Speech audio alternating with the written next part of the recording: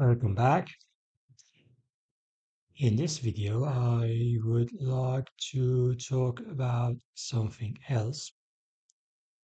Again, I will talk about logic, and I want to talk about direction in logic. So, logic is something that uh, is unidirectional. It is defined in one direction, in specific direction. Uh, and for instance, A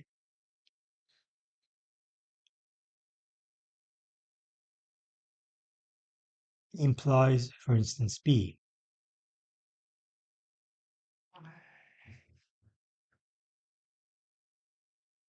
This is a logical conclusion.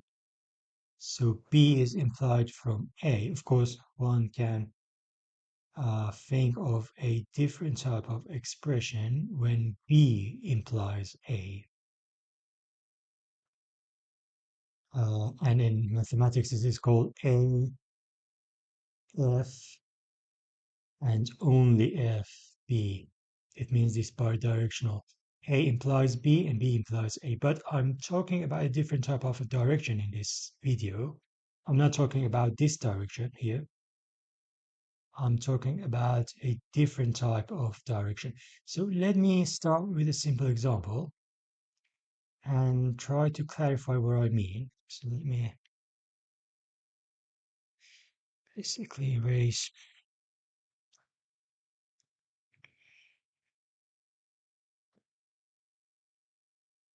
this.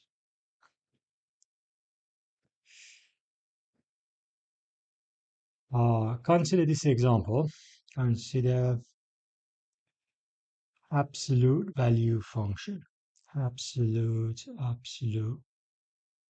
value function. An absolute value function is defined as such. It is x if x is greater or equal to 0, and it is minus x if x is less than 0. So this function is called absolute value. So true expressions can be deduced from this function. For instance, a, absolute value of a, negation of absolute value of a is less than a, and a itself is less than equal to absolute value of a. I call it expression 1.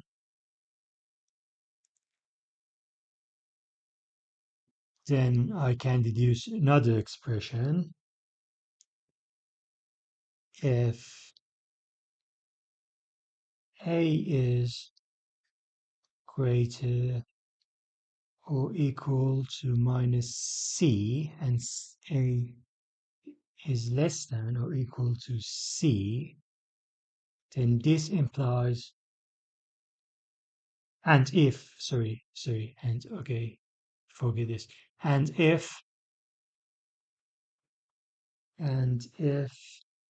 a is less than equal to c, this implies that mine a is greater equal to minus c or less than equal to c. And in this expression, c is greater than 0. I call this expression 2. So I have two expressions, expression 1 and expression 2. And based on these expressions, I can conclude that, for instance, minus a absolute value of minus a is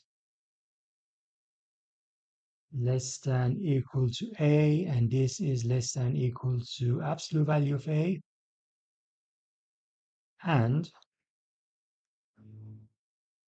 minus b absolute value is less than equal to b, and this is less than equal to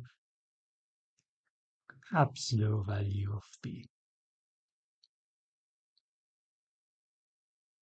So if I add these two expressions together, I mean expression 1, this expression, and expression, the new expression, this expression, if I add these expressions together, I can get a new expression. And that is, this is not important what I'm saying. I'm just trying to, talk about direction in logic. And this is a very simple example about that. So if you don't follow exactly what I'm saying, it's not, it's not really important because actually at the end I'm trying to conclude something else, but it's good to understand what I'm talking about. So, and these two expressions I just mentioned imply, if I add these two expressions together, then this implies minus a absolute value of a minus absolute value of b is less than equal to a plus b, and this is less than equal to a plus b.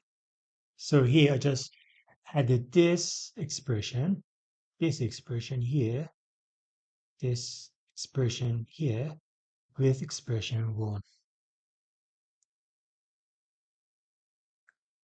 And based on expression 2, this expression, this implies that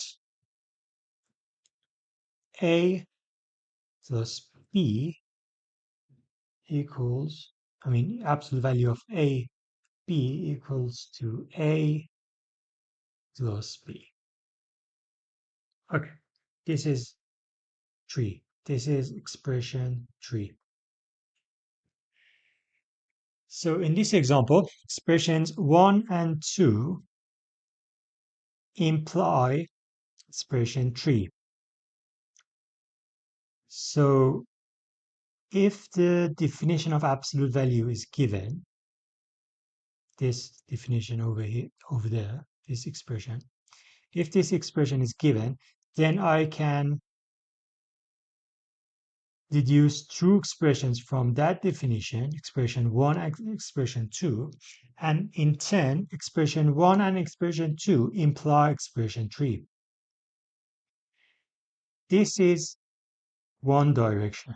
Expressions 1 and 2 imply expression 3. But what if I want to, this expression 3 is given. Someone says, okay, I want a structure where absolute value of a plus b is less than equal to absolute value of a plus absolute value of b. Someone gives, okay, I want this expression. I want some structure that this expression is true. Now deduce some structure, construct something that I can deduce this result from that structure. This is a logic in the reverse direction. And this is totally different from the other bidirectionality I mentioned in the beginning of this video. This is a totally different type of direction. In this type of direction, a result is given, expression 3 here, expression 3 is given, and the question is, okay, now that expression 3 is given, I want a structure where expression 3 is true. Now, follow some procedure and find some construction, some structure where expression 3, in which expression 3 is a true expression. So this is a different type of direction. This is logic in the reverse direction. And this is very important in this type of mathematics, in flexible structures, because in flexible structures, the logic in the reverse direction plays an important role. And it happens a lot that an expression is given and we want to build a structure in which that structure, that expression holds true. So uh, I will talk about this direction in subsequent videos, but I just wanted to mention that there's a different type of direction in logic, a type of direction that is not discussed very much in literature, and this direction plays a very important role in flexible structures. Thank you very much. I will talk about this type of uh, basically structures in later videos. Thank you.